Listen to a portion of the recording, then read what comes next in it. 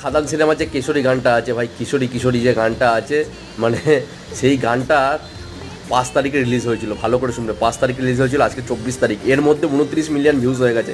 আর কয়েক হাজার ভিউজ হলেই মাত্র 30 মিলিয়ন ভিউজ হয়ে যাবে। তোমরা বুঝতেই পারছো কী লেভেলের গানটা ভাইরাল হয়েছে, কী লেভেলের গানটা মানুষের পছন্দ হয়েছে। খাদান তো হেভি রেসপন্স পেয়েছে, আর গানটাও প্রচুর ভাই ভাইরাল হয়ে গেছে।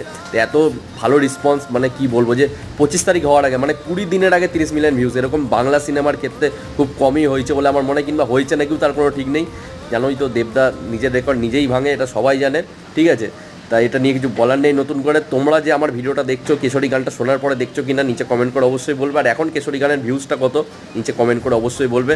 আমি ভিডিওটা বানাচ্ছি 24 তারিখে, এবং আজকেও ছাড়তে পারি, কালকেও ছাড়তে পারি। তা যাই হোক না কেন, 30 মিলিয়ন ভিউজ তো ভাই আরামসে হয়ে যাবে। এবং খাদান যতদিন সিনেমা হলে চলবে, ঠিক আছে, ততদিন আমার মনে হচ্ছে এই গানটা 50 থেকে 60 মিলিয়ন ভিউজ আরাম করে ক্রস করে যাবে। এবং আগামী দিনে